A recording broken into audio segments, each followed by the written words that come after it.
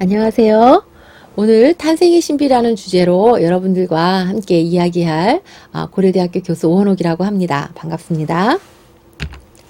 자, 오늘 여러분들과 같이 이야기를 나누게 될 거는 이제까지 그 피임이라든가 건강한 성생활에 대한 이야기를 했다면 이제는 임신에 대한 이야기를 해볼까 합니다. 그래서 임신과 관련된 요인들, 특히 이제 고위험 임신, 위험한 임신을 예방할 수 있는 방법, 또 임신의 징후는 뭔지, 또 우리가 당연히 아기를 낳는다라는 건 부모가 된다는 거고 부모로서의 마음가짐 아마 다른 챕터에서도 하게 되겠지만 간단하게 같이 설명을 해보도록 하겠습니다.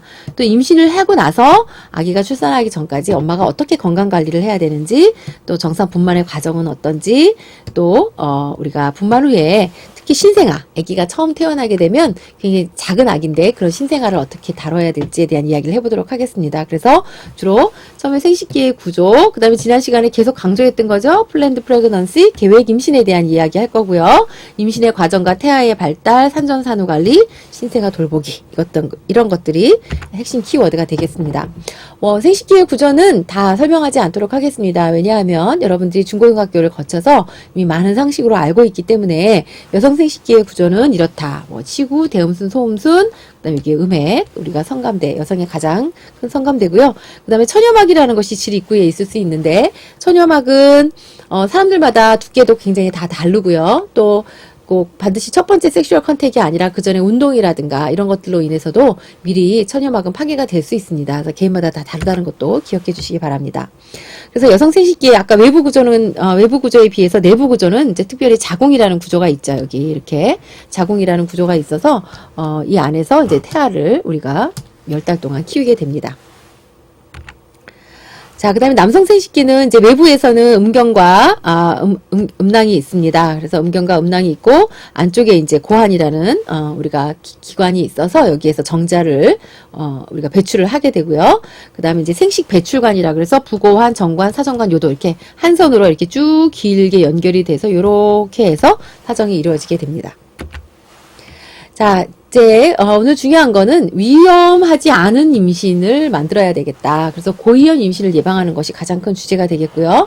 그런 고위험 임신이 되는 가장 일반적인 연령대는 어리거나 많거나, 그래서 10대에 임신을 하거나 처음에 제가 두 번째 차신가요? 말했던 나이 많은 임산부 35세 이상의 임산부들이 우리가 고위험 임신이 되겠습니다.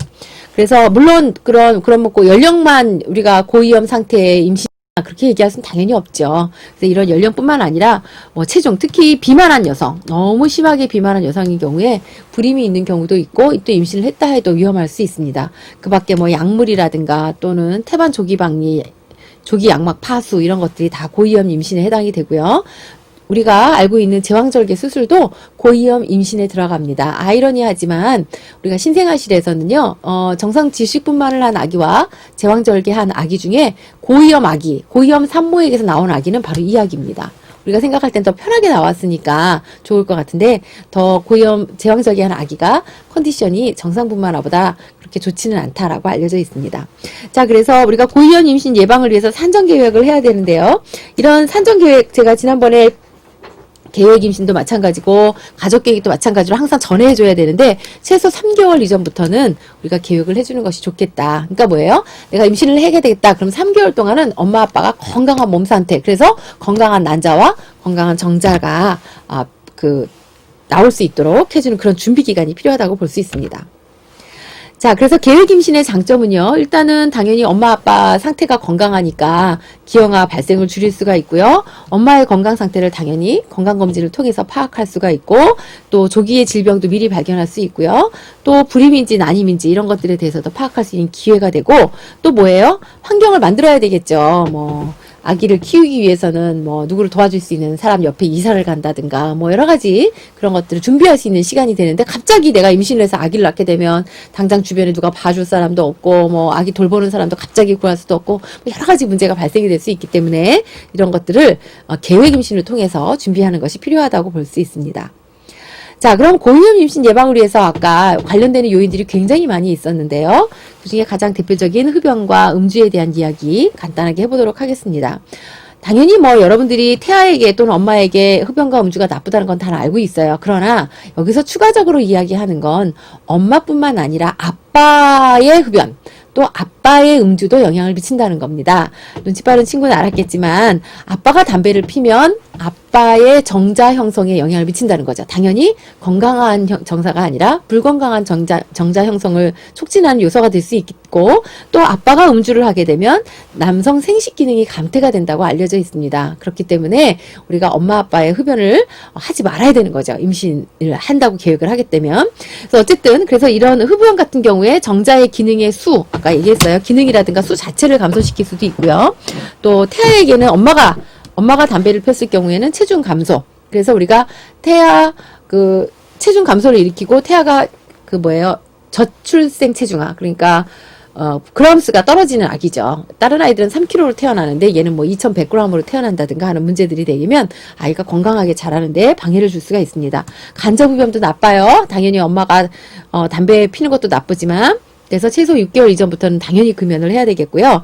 그 다음에 음주 같은 경우도 당연히 위에 있는 상황과 똑같은 문제들이 발생이 될 수 있고, 특히 이거 태아 알코올 증후군입니다.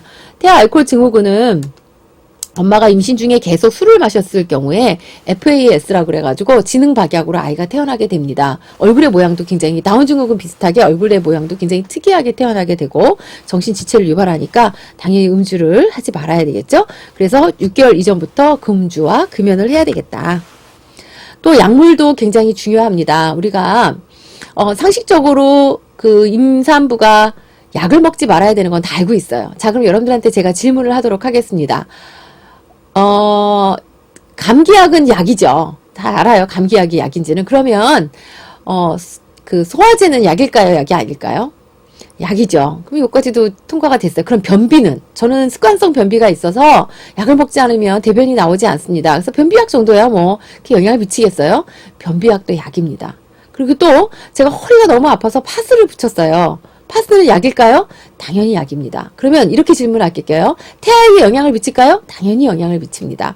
파스를 붙이면 피부를 통해서 약물이 흡수되고 그것이 태반을 통과해서 전달이 되는 파스의 약물도 있기 때문에 무좀약도 안 되고요. 파스도 안 되고요. 당연히 뭐 바르는 약, 스테로이드 성분은 더더구나 되지 않습니다. 그래서 약물은 모두 다 안 되고, 그렇다고 해서 내가 너무 심한 감기에 걸렸는데 약을 먹어야 낫게 생겼는데 그걸 참고 그런 얘기는 아닙니다. 반드시 산부인과 전문의와 상의를 해서 태아에게 영향을 미치지 않는 약물을 처방받아서 먹어야 줘야 되겠다, 이렇게 얘기할 수 있습니다. 예방접종 중요합니다. 지난 시간에 제가 풍진, 여기 써있네요. 풍진이 태아에게 영향을 미칠 수 있고, 엄마가 임신 중에 풍진에 걸리게 되면 선천성 심장병을 가진 아기가 출산할 수 있기 때문에 예방접종, 일단 항체 검사를 해서 내가 항체가 없다 그러면 예방접종을 하셔야 하고요. 예방접종을 한다라는 얘기는 균이 내 몸에 들어와서 항체를 만드는 거니까 예방접종 후에 3개월 이후에 임신을 계획하셔야 됩니다. 예방접종 한 그 달에 임신을 하면 안 된다는 얘기입니다. 자, 임신 전에 검사를 받아야 되는 검사들은 임신 전에 검사라든가 관리가 굉장히 있는데요. 특히 고령 임신, 아까 우리 여러 번 얘기했죠? 35세 이상의 고령 임신은 검사해야 될 사항이 많이 추가됩니다. 좀 더 많이 봐야 되고요. 그만큼 하이리스크라는 얘기겠죠? 그래서 병원에서 이렇게 많은 것들을 우리가 검사하도록 합니다. 그 다음에 이제 이런 관리를 하기 위해서는 당연히 생활습관이라든가 영양관리, 운동, 그 다음에 출산 예정일 계산해 보는 거, 이런 것들을 해야 되는데요. 특히 여기서 여러분들하고 얘기하고 싶은 건 엽산입니다. 엄마가 임신 중에는 영양소가 뭐 거의 2배, 3배 정도로 필요해요. 평소보다. 근데 특히 엽산은요, 우리가 여러 가지 중에 그 태아의 이분 척추가 갈라지는 그런 기형이라든가 또는 근골격계, 뭐 예를 들면은 뭐 내반족이 생긴다던가 이런 근골격계의 기형을 유발하는 데 있어서 엽산이 부족과 관련이 되었다라는 연구 결과가 있습니다. 그래서 최근에는 임산부들에게 이런 엽산 섭취를 권장을 하고요. 병원에서 처방을 해주니까 그것대로 따라서 섭취를 해주면 됩니다. 자, 그 다음에 이제 부모됨의 준비가 필요합니다. 페어런팅이라고 하고요. 그래서 뭐 여러분들 부모님들에게 늘 감사하겠죠. 이렇게 건강하게 여러분들을 잘 키워주셨는데, 여러분들이 이렇게 키우기까지 여러분들 부모님들도 내가 부모로서 어떤 준비를 해야 될지 분명히 생각하셨을 겁니다. 한번 생각해 볼까요? 어느 날 갑자기 부모가 된다라는 건 아무런 준비가 되지 않은 상태이기 때문에 아기에게 당연히 애착관계를 형성한다든가 긍정적 관계 형성이 어렵습니다. 그래서 부모됨은 부모가 되고자 하는 강한 욕구가 있어야 되죠. 그래서 뭐 미혼모가 아이를 갖는 경우는 그런 동기가 전혀 없기 때문에 문제가 될 수 없고, 자녀 출생 이전에 만족스러운 부부 관계를 발달시키기 위한 시간도 공유할 필요가 있고요. 그래서 서로 얘기를 해서 어떤 부모가 될 것인지, 또 양성평등적인 역할 규정도 필요하고, 아이를 키우는데 어떻게 부부 역할을 나눌 것인지에 대한 이야기, 또 우리 아이는 어떤 식의 양육 방법을 할 거다, 아이를 어떻게 가이드해서 키울 거다, 이런 것들에 대한 것들도 미리 준비하라는 겁니다. 자, 그래서 세 번째는요, 임신의 성립과 태아의 발달을 볼 건데, 임신의 성립은 당연히 난자와 정자가 만나는 거다. 그쵸? 이렇게 지금 난자를 정자가 둘러싸고 있는 모양입니다. 그 중에 하나가 성공을 한 거죠. 그래서 여러분들이 태어난 거고요. 두 개가 성공을 하게 되면 쌍둥이도 나올 수 있는 거죠. 자, 그래서 난자와 정자가 만나서 임신이 성립이 되게 되는데, 난자 같은 경우에는 이제 동그랗고요. 정자보다 크죠. 그래서 매달 하나씩 양쪽 난서가 번갈아 가면서 배출을 하게 되고요. 정자는 이제 사정을 통해서 나오게 되고, 이제 꼬리를 이렇게 머리와 꼬리를 가지고 있고, 한 번에 나오는 1cc 정액당 2 내지 3천만 마리입니다. 마리에. 그래서 뭐 거의 뭐 유럽의 전체 여성만큼 굉장히 많은 정자가 나오고, 그 중에 여러분들이 탄생이 됐으니까 오늘 주제에 맞는 탄생의 신비 딱 맞는 말이죠. 어쨌든 그래서 이런 최저의 정자수, 그러니까 이런 정자수는 나와줘야 우리가 임신이 되는 거고, 3억 개 정도는 충분히 배출이 되기도 합니다. 자, 이제 임신의 성립과 태아의 발달을 보겠는데요. 여기에서 보면 이제 수정과 착상에 대한 개념을 먼저 설명하도록 하겠습니다. 제가 몇 번 설명을 한 것 같은데요. 우리가 여기서 난자가 이렇게 나팔관을 통해서 배란이 되면 정자가 질과 그다음에 자궁 경부 입구를 통해서 이렇게 자궁 내로 들어오게 되죠. 만나는 건 어디라고 그랬어요? 자궁에서 만나나요? 난관에서 만나나요? 예, 난관에서 만납니다. 그래서 이 난관에서 만나진 상태를 우리는 뭐라고 한다? 컨셉션, 수정이다, 이렇게 얘기를 하고요. 요 수정된 수정란이라고 하죠. 이런 수정란이 이렇게 내려오게 됩니다. 아래쪽으로 그 자궁의 안쪽으로 내려오게 돼서 요게 자궁 안쪽에 자궁 내막에 그 내몰이 되는 과정을 우리는 착상이다, 이렇게 얘기를 합니다. 그래서 우리는 임신은 요 단계는 임신이 아니다, 요 단계가 임신이다, 여기까지 되어야 임신이다, 이렇게 얘기를 합니다. 네. 자, 그래서 그러면 이 수정란이 내려오는 과정에서 놀면서 내려오느냐, 그게 아니라 세포 분열을 계속하면서 내려오고요. 이 기간이 대략 7 내지 8일 정도가 됩니다. 자, 그래서 우리가 임신이 되었다는 의미, 수정란이 자궁 내막에 방금 설명한 것처럼 착상된 상태를 우리는 임신이 되었다, 이렇게 내려와서 착상이 돼야 되고, 일주일 정도 시간이 걸리게 됩니다. 자, 그래서 태아는 그럼 이제 아기가 만들어지게 된 거죠. 그래서 태아리는 수정란기, 배아기, 태아기, 이렇게 크게 세 기로 나눠볼 수가 있고요. 태아기는 수정에서 2주 정도고, 이때 막 세포 분열을 합니다. 그리고 배아기는 한 8주, 그러니까 2개월 정도겠죠. 자, 2개월까지, 이게 중요해요. 태아의 모든 주요 기관과 외형이 형성되는 시기다. 자, 우리가 임신은 언제나 중요해요. 임신 기간은 초기도 중요하고 중기, 말기 다 중요한데, 특히 중요한 시기는 임신 초기인데, 왜? 라는 질문을 굳이 해서 저보고 답을 하라고 한다면 바로 이 이유 때문입니다. 요때 모든 것이 만들어지고요. 그 다음에 태아기를 거치면서 그냥 커지는 거죠. 팔도 만들어졌고 다리가 만들어졌어. 이미 만들어진 게 뭐 예를 들면 점차 이렇게 성장하는 그런 시기입니다. 예를 들면 기관도 마찬가지예요. 처음에는 식도하고 기도는 이미 만들어져 있어요. 만들어지는데 그 통이 분리가 되면서 하나는 식도로, 하나는 기도로, 이렇게 우리가 성장하고 뭔가 분화되는 시기인 거지, 그런 것들이 만들어지는 시기는 바로 이 수정란기와 배아기입니다. 그래서 임신 초기에 약을 먹거나 이런 것들이 말기보다 훨씬 더 치명적으로 태아에게 영향을 미칠 수 있는 이유가 바로 이런 이유라기 때문에 그렇다고 볼 수 있습니다. 자, 모체의 변화도 보겠습니다. 엄마가 임신을 하게 되면 여러 가지 생리적 변화를 겪습니다. 아마 여러분들도 나중에 임신을 하게 되면 와, 정말 우리 어머니들이 얼마나 대단한 분이다, 이 변화를 다 극복을 하셨어? 이런 생각이 드실 겁니다. 그래서 다양한 생리적 변화가 경험하고요. 호르몬의 분비는 물론이고 자궁의 크기도 증가합니다. 굉장히 증가하고 생리적 기능 여러 가지 변화를 하게 되고요. 여러 가지 여기 태아가 이렇게 있는데요. 태아뿐만 아니라 부속물도 만들어지게 되죠. 예를 들면 부속물이라는 뭐예요? 뭐 양막도 만들어지고요. 이렇게 양수도 있고요. 이 안에. 그리고 여기 태반이 있어서 여기에서 아기에게 영양과 산소를 이동하고, 또 아기의 찌꺼기를 엄마한테 보내서 엄마가 걸러내주는 그런 역할을 하게 되죠. 자, 그럼 임신을 하게 되면 임신의 가정적 징후와 확정적 징후가 있습니다.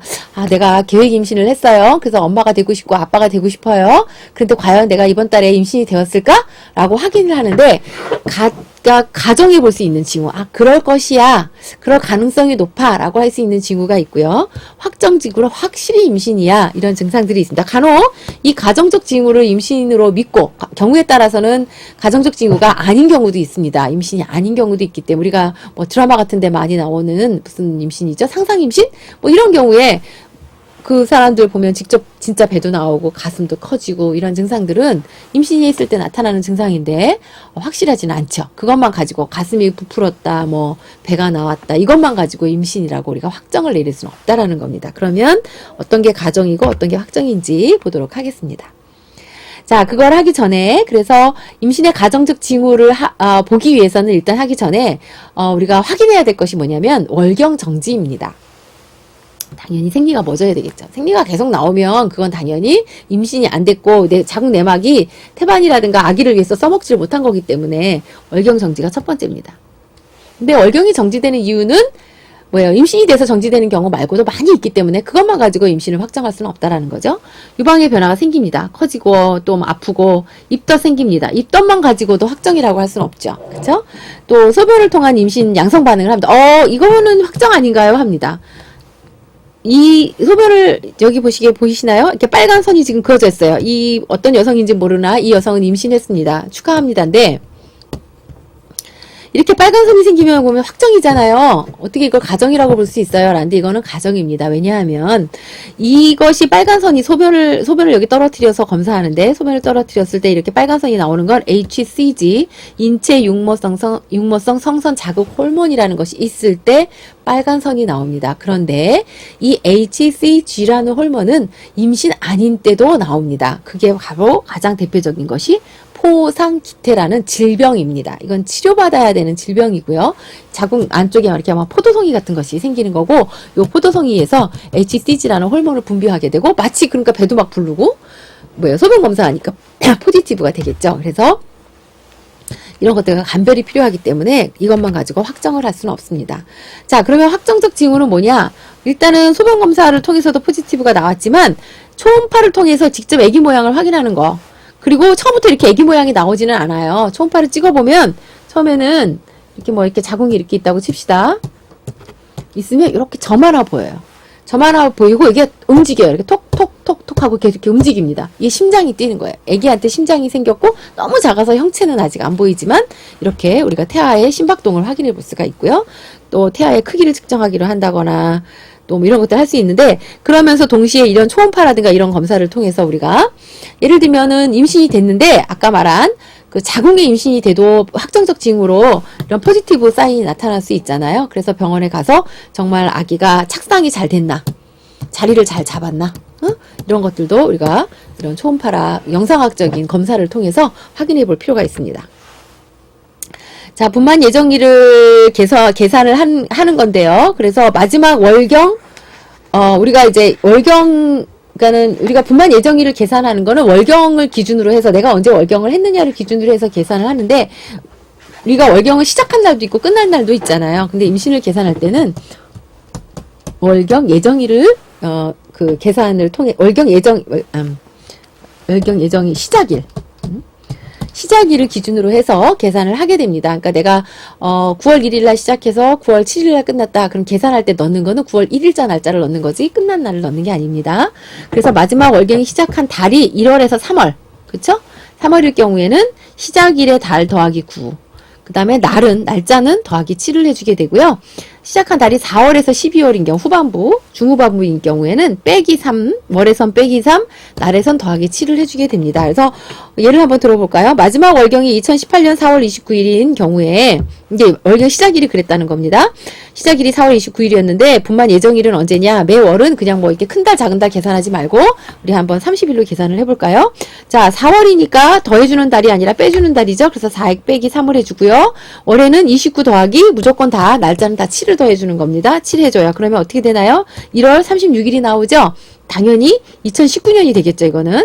1월이고, 근데 36이 넘었잖아요. 그러니까 반올림 해줘야 되겠죠? 그래서 1월이 아니라 2월 6일, 2월 6일. 그러니까 내년도 2018년 4월 29일 날 마지막 생리가 시작이 됐고, 그 사이에 임신이 됐으면, 2019년도 2월 6일 날 분만 예정이다. 이렇게 우리가 이야기할 수 있는 겁니다.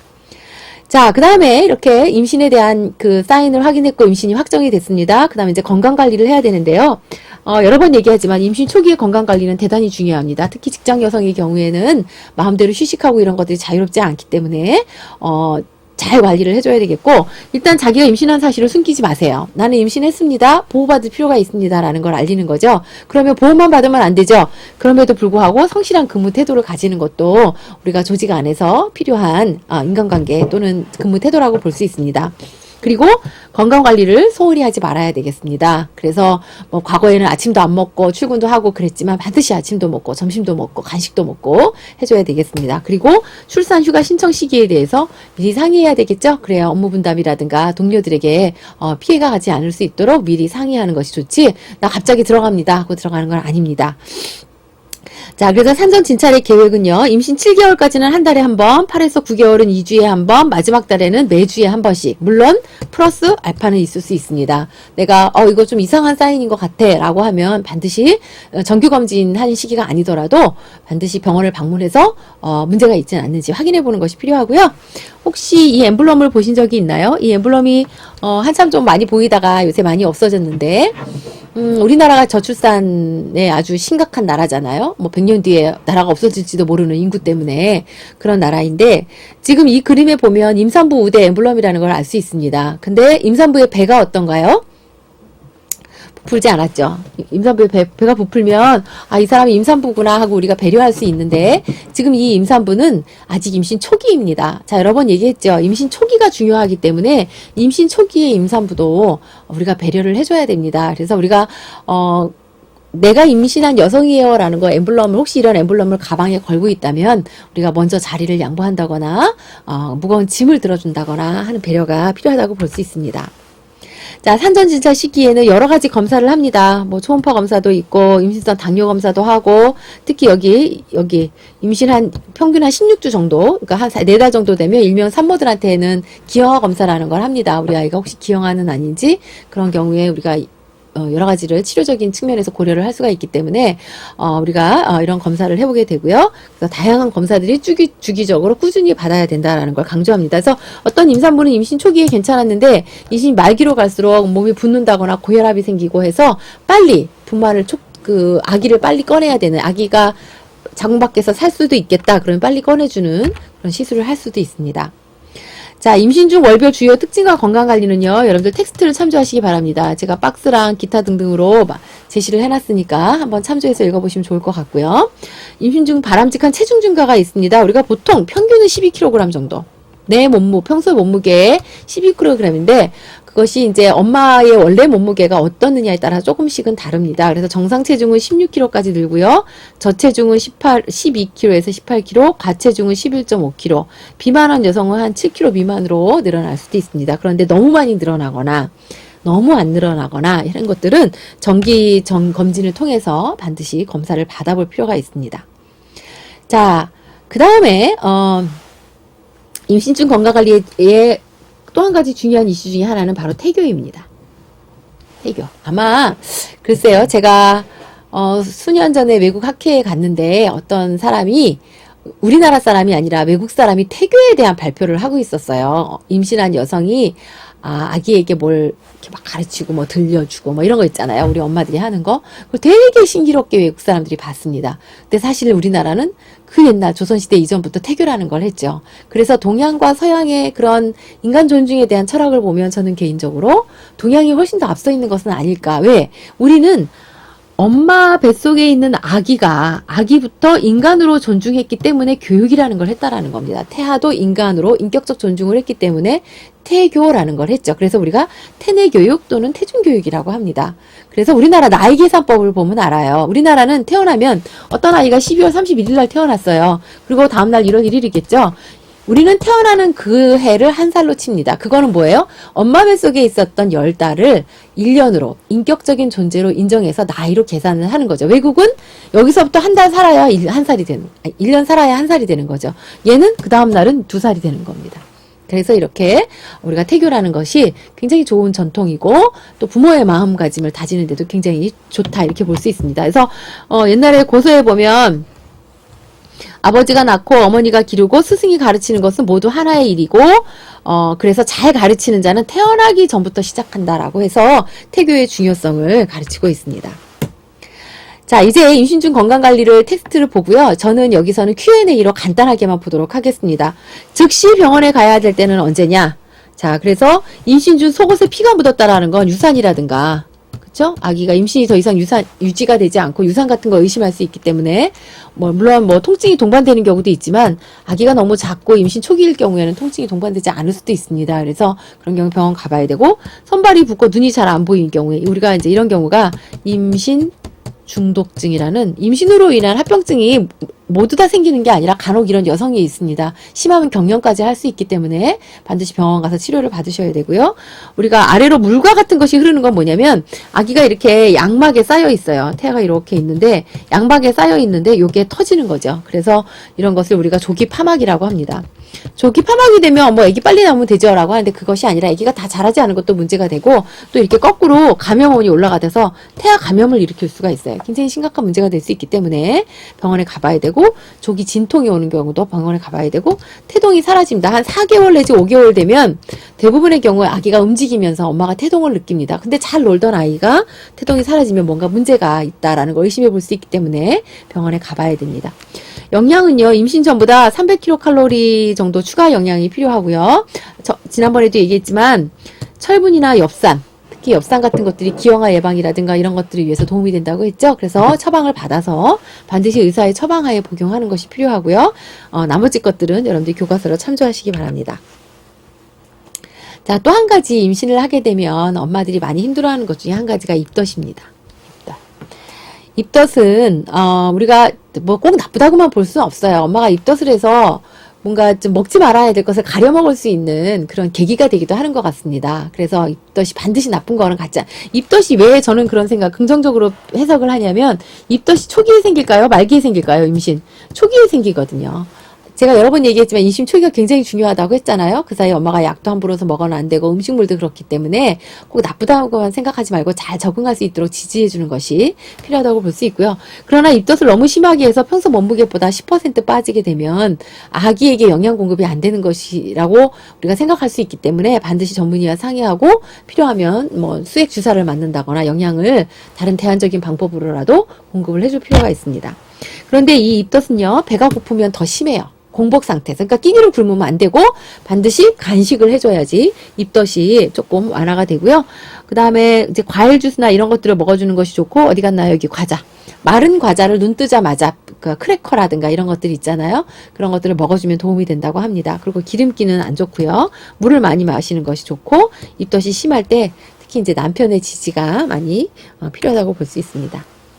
자, 임신 중에 건강한 성생활 방법은 어떠냐? 임신 중에 성생활을 안 하지 않습니다. 10달이라는 기간이고, 그래서 우리가 성생활을 하기는 하되, 제가 초기하고 중기하고 말기 첫 시간에 설명을 했던 것 같은데요. 임신 초기, 그다음에 말기는 특별히 주의를 해야 된다. 그래서 이때는 하지 않는 것이 좋겠다. 말기는 격렬한 성행위를 하지 않는 게 좋겠다. 왜? 초기에는 유산의 가능성, 말기에는 조산의 가능성이 높기 때문에 그렇다. 그래서 배를 누르지 않는 체위로 임신 중기가 그래도 추천을 할 만하고요. 그래서 지난번에 얘기했죠. 측와 위, 옆으로 누운 자세의 체위를 권장한다. 이렇게 이야기했습니다. 자, 약물 복용 네버 어떤 약도 되지 않고요. 당연히 엑스레이 같은 영상 촬영도 되지 않습니다. 특히 임신 12주 이전에 뭐라 그랬어요? 이때 태아기 때 뭔가 만들어지는, 태아기 배아기 때 뭐가 만들어지는 시기이기 때문에 특별히 주의가 필요하고, 그러나 너무 아프거나 문제가 있을 경우에는 태아에게 영향을 주지 않는 약물을 의사가 당연히 처방을 해줄 것이기 때문에 처방하에, 아무리 그냥 약국에 가서 약 주세요, 그냥 약 주세요가 아닙니다. 어떤 약이든지 나는 임신 중입니다라는 것을 반드시 밝히셔야 됩니다. 그러면 언제 이제 거의 이제 10달이 다 돼가서 병원에 가야 되는데, 280일이 돼서 병원에 가야 되는데 언제 가야 되느냐? 근데 가기 전에 할 게 있어요. 뭐야? 가방을 미리 싸야 됩니다. 배가 아파서 허겁지겁 가방을 싸는 것이 아니라 미리 가방을 싸고 뭘 가져갈지 이런 것도 준비를 해야 되겠고요. 우리가 이제 아기가 이제 있으면 진통이 와서 자궁이 이렇게 부풀어져 있는 자궁이 이렇게 수축이 돼요. 이렇게 쉽게 말하면 이렇게 계속 움직이면서 아기를 아래쪽으로 밀어내는 그런 운동이 수축 운동이 일어나게 됩니다. 그런 통증이 생기는 거죠. 그런데 그런 진통이 되기 전에 이슬이 먼저 좀 비쳐요. 이슬이라고 그래서 이제 양막이 파열된 거잖아요. 그걸 우리가 이슬이라고 합니다. 그래서 양수가 흐르는데 그거 전에 파수가 되었을 때는 이걸 제가 뭐라 그랬어요? 좀 아까 조기 파막이라고 했죠. 통증이나 수축은 일어나지 않으면서 파막이 된 경우에는 태아에게도 위험할 수 있기 때문에 빨리 병원에 가야 되고, 정상적인 경우에는 10분 간격으로 계속 통증이 있으면 병원에 가면 되는데 저는 그 이전에 갈 것을 권합니다. 특히 경산, 초산 말고 경산. 엄마가 첫째 아이가 아니라 둘째 아이, 셋째 아이일 경우에. 왜냐하면 분만의 진행 과정이 초산보다는 경산이 훨씬 더 빠르게 진행이 되기 때문에 우리가 금방 10분 간격인데 조금 금방 막 2분, 3분 간 금방 그러다가 잘못하면 어떻게 돼요?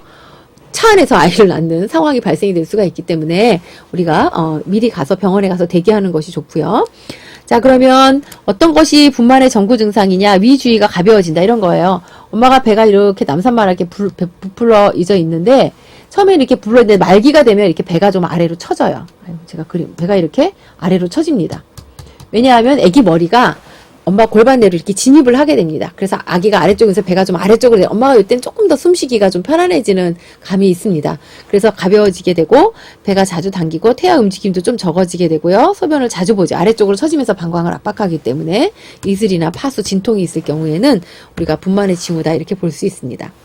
자, 요즘은도 많이 합니다. 임신 중에 치과 치료하면 대부분 마취라는 것을 할 가능성이 높고요. 또 치료 후에 약을 먹어줘야 되기 때문에 이건 치과 치료는 반드시 계획 임신에 들어가야 됩니다.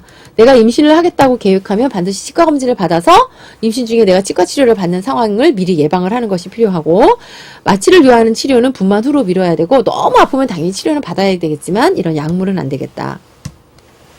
여행은요, 초기가 제일 위험하다고 했죠? 또 말기도 위험하다고 했습니다. 그래서 뭐 장기간 여행을 한다거나 비행기를 탄다거나 뭐 이런 것들은 당연히 피해야 되겠고요.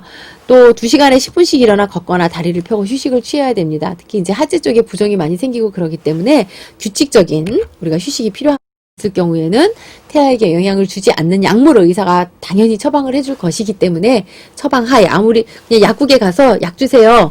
그냥 약 주세요가 아닙니다. 어떤 약이든지 나는 임신 중입니다 라는 것을 반드시 밝히셔야 됩니다. 그러면 언제 이제 뭐 거의 이제 10달이 다 돼가서 병원에 가야 되는데, 280일이 돼서 병원에 가야 되는데 언제 가야 되느냐? 근데 가기 전에 할 게 있어요. 뭐야? 가방을 미리 싸야 됩니다. 배가 아파서 허겁지겁 가방을 싸는 것이 아니라 미리 가방을 싸고 뭘 가져갈지 이런 것도 준비를 해야 되겠고요. 우리가 이제 아기가 이제 있으면 진통이 와서 자궁이 이렇게 부풀어져 있는 자궁이 이렇게 수축이 돼요. 이렇게 쉽게 말하면 이렇게 계속 움직이면서 아기를 아래쪽으로 밀어내는 그런 운동이 수축 운동이 일어나게 됩니다. 그런 통증이 생기는 거죠. 그런데 그런 진통이 되기 전에 이슬이 먼저 좀 비쳐요. 이슬이라고 그래서 이제 양막이 파열된 거잖아요. 그걸 우리가 이슬이라고 합니다. 그래서 양수가 흐르는데 그거 전에 파수가 되었을 때는 이걸 제가 뭐라 그랬어요? 좀 아까 조기 파막이라고 했죠. 통증이나 수축은 일어나지 않으면서 파막이 된 경우에는 태아에게도 위험할 수 있기 때문에 빨리 병원에 가야 되고, 정상적인 경우에는 10분 간격으로 계속 통증이 있으면 병원에 가면 되는데 저는 그 이전에 갈 것을 권합니다. 특히 경산, 초산 말고 경산. 엄마가 첫째 아이가 아니라 둘째 아이, 셋째 아이일 경우에. 왜냐하면 분만의 진행 과정이 초산보다는 경산이 훨씬 더 빠르게 진행이 되기 때문에 우리가 금방 10분 간격인데 조금 금방 막 2분, 3분 간 금방 그러다가 잘못하면 어떻게 돼요? 차 안에서 아이를 낳는 상황이 발생이 될 수가 있기 때문에 우리가 미리 가서 병원에 가서 대기하는 것이 좋고요. 자, 그러면 어떤 것이 분만의 전구 증상이냐? 위주위가 가벼워진다 이런 거예요. 엄마가 배가 이렇게 남산만하게 부풀어 있어 있는데 처음에 이렇게 불렀는데 말기가 되면 이렇게 배가 좀 아래로 처져요. 제가 배가 이렇게 아래로 처집니다. 왜냐하면 아기 머리가 엄마 골반대로 이렇게 진입을 하게 됩니다. 그래서 아기가 아래쪽에서 배가 좀 아래쪽으로 돼요. 엄마가 이때는 조금 더 숨쉬기가 좀 편안해지는 감이 있습니다. 그래서 가벼워지게 되고 배가 자주 당기고 태아 움직임도 좀 적어지게 되고요. 소변을 자주 보죠. 아래쪽으로 처지면서 방광을 압박하기 때문에 이슬이나 파수, 진통이 있을 경우에는 우리가 분만의 징후다 이렇게 볼 수 있습니다. 자, 요즘은도 많이 합니다. 임신 중에 치과 치료하면 대부분 마취라는 것을 할 가능성이 높고요. 또 치료 후에 약을 먹어줘야 되기 때문에 이건 치과 치료는 반드시 계획 임신에 들어가야 됩니다. 내가 임신을 하겠다고 계획하면 반드시 치과 검진을 받아서 임신 중에 내가 치과 치료를 받는 상황을 미리 예방을 하는 것이 필요하고, 마취를 위하는 치료는 분만 후로 미뤄야 되고, 너무 아프면 당연히 치료는 받아야 되겠지만 이런 약물은 안 되겠다. 여행은요, 초기가 제일 위험하다고 했죠? 또 말기도 위험하다고 했습니다. 그래서 뭐 장기간 여행을 한다거나 비행기를 탄다거나 뭐 이런 것들은 당연히 피해야 되겠고요. 또 2시간에 10분씩 일어나 걷거나 다리를 펴고 휴식을 취해야 됩니다. 특히 이제 하체 쪽에 부종이 많이 생기고 그러기 때문에 규칙적인 우리가 휴식이 필요합니다. 그 다음에 또 뭐 이거는 뭐 큰 문제는 아니지만 임신선이 이렇게 살이 터요. 이렇게 아직까지도 여러분들 부모님은 어머님의 배를 보면 이 튼살 자국이 남아있는 부모님들 많이 있습니다. 뭐 여러분들이 우스갯소리로 엄마 살쪘다가 빠져서 그렇다 그게 아니라 여러분들이 낳기 위해서 자궁이 커졌다가 쭈그러들면서 튼살이 생긴 거거든요. 이런 거를 가능하면 최소화시키기 위해서는 지속적으로 오일이나 크림 마사지를 해주면 도움이 된다고 합니다. 그 다음에 이제 간혹 임신한 여성들은 허리 통증을 배가 이렇게 남산마르게 불러오면서 허리 쪽에 통증을 호소하는 여성들이 있어요. 그런 여성들에게는 이제 골반 혼들기 운동이라든가 복식호흡법 이런 것들 여러분들 텍스트에 그림을 잘 제시를 했으니까 참고하시기 바랍니다. 또 물건을 들어 올리는 자세가 굉장히 중요한데요. 자, 물건을 들어 올릴 때 이렇게 허리를 구부려서 물건을 들어 올리는 자세는 위험합니다. 좋지도 않고요. 그렇기 때문에 이렇게 물건을 들어 올릴 때는 무릎을 구부려 허리를 구부려서 배가 압박이 되거나 그런 상황을 만들지 마시고 이렇게 다리를 구부리거나 해서 또 그리고 나서 무릎을 받쳐서 안전하게 하는 것이 좋고요. 한 가지 추가적으로 갑자기 생각이 났는데 임신 초기 같은 경우에 특히 이렇게 높은 선반 위에 있는 물건 내리기 위해서 키가 안 닿으니까 여성들이 이렇게 까치발 뛰입니다. 까치발 뛰고 하는데 이 자세도 태아에게 위험해질 수 있기 때문에 그런 자세도 별로 좋지 않고 당연히 다른 사람에게 내려달라고 해야 합니다. 자, 그래서 분만의 과정을 보게 되면 분만 1기, 2기, 3기, 4기로 나눠서 보도록 하겠습니다. 4단계를 거쳐서 하게 되고요. 개대기는요. 자, 자궁이 이렇게 있으면 자궁이 처음에 이렇게 문이 닫혀져 있다고 그랬어요. 그런데 이게 열려야 됩니다. 여기 머리가 이렇게 있고요. 이게는 머리부터 나와야 되죠. 그런데 이게 열려야 되는데 지금은 점이에요. 지금 산부인과에서 의사가 들여다보면 점으로 이렇게 경부 입구가 되어 있는데 이게 몇 cm가 열려야 되냐? 10cm 열려야 됩니다. 10cm 정도 열리겠죠? 얼마나 아프겠어요. 10cm 열리 굉장히 아픕니다. 그러나 대부분의 엄마들이 다 이 과정을 거쳐서 아이를 낳죠. 그래서 요 기간이 길어요.